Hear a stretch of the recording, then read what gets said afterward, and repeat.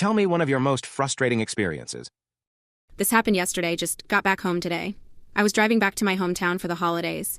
It's about a 7-hour drive with pit stops.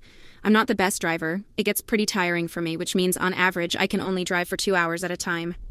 My dad and I share a list of pit stops for this specific drive, so I glanced and remember seeing only a couple to choose from, assuming they accurately split the drive into thirds. After the first 2 hours, I make my first stop, already moody with some delays that happened. I was trying to get the navigation to work in order to get back on the road, but there was no data in my area. So I just selected the next stop and started driving to get going, knowing that the map would start working soon enough. Another 2 hours pass, and I'm feeling relieved that I'm 2/3 of the way through. But once I'm on the street, I realize that I made an awful mistake. Turns out the list had a bunch of pit stops that I had missed, and I happened to choose one that went back in the direction that I came from. The craziest part is the minute I realized where I was, the worst song that could have come on came on.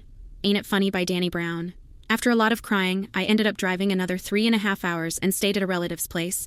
Since Elle couldn't bear staying in the area and doing it all over again the next day, reminder to check your navigation and know your freeways lol.